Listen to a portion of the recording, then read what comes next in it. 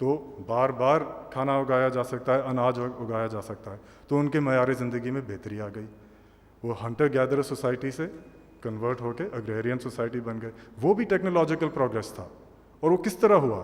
نہ بجلی تھی, نہ ای کامرس تھا, نہ ٹیبلٹ کمپیوٹرز تھے. کس طرح ہوا؟ یہ ان کی نالج سے ہوا, ان کے ریسرچ سے ہوا, ان کے علم میں اضافہ ہونے سے ہوا. آج آپ سب کو یہاں پہ 5 سال کا long service award Beaconhouse کی طرف سے مل رہا ہے.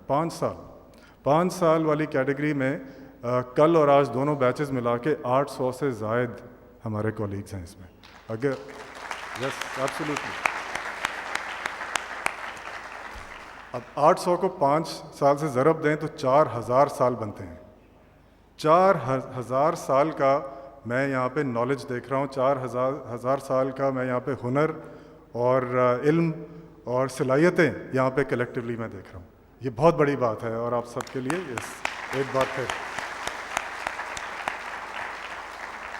اور اگر اس میں ہم اپنے باقی کولیگز کو انکلوڈ کر لیں جن کے 10 سال اور اس سے زیادہ 15, 20, 25, 30, 35 سال بھی ہو گئے بیکن ہاؤس کے ساتھ, تو آپ کیلکولیٹر نکال کے دیکھنا پڑے گا. وہ بھی ٹیکنالوجیکل ڈیوائس ہے, تو اس پہ آپ کر کے دیکھ لیں تو وہ تو میرے خیال میں کم از کم 20-22 ہزار 25 ہزار سال کے برابر بنتا ہے سب کا تجربہ ملا کے. تو یہ معنی رکھنا چاہیے آپ کے لیے. آج کا جو سرٹیفکیٹ ہے یہ محض ایک کاغذ کا ٹکڑا نہیں ہے, یہ آپ کا تجربہ ہے, یہ آپ کی دانش مندی ہے, اس میں آپ کا علم ہے جو آپ نے اکٹھا سیکھا ہے اتنے سالوں میں, اس میں آپ کا ہنر ہے, آپ کی صلاحیتیں ہیں, اس میں آپ کی وفاداری ہے بیکن ہاؤس کے لیے, جس کے لیے میں آپ کا بہت شکر گزار ہوں.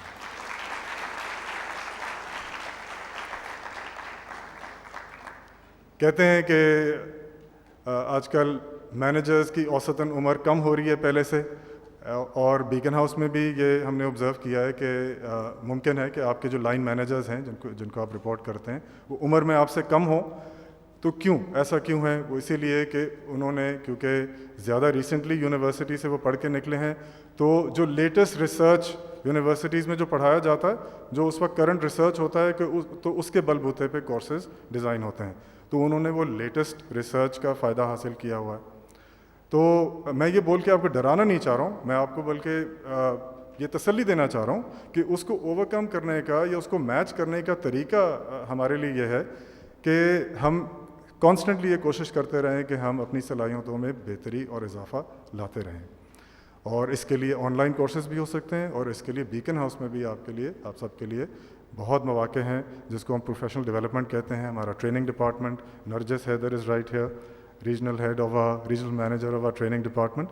اور ان کے اگر ہم ٹریننگ آورز جمع کر لیں کہ کتنے یہاں پہ موجود ہوں گے جنہوں نے آپ کی کلاس میں کافی کچھ سیکھا ہے. So thank you very much Nargis for that also.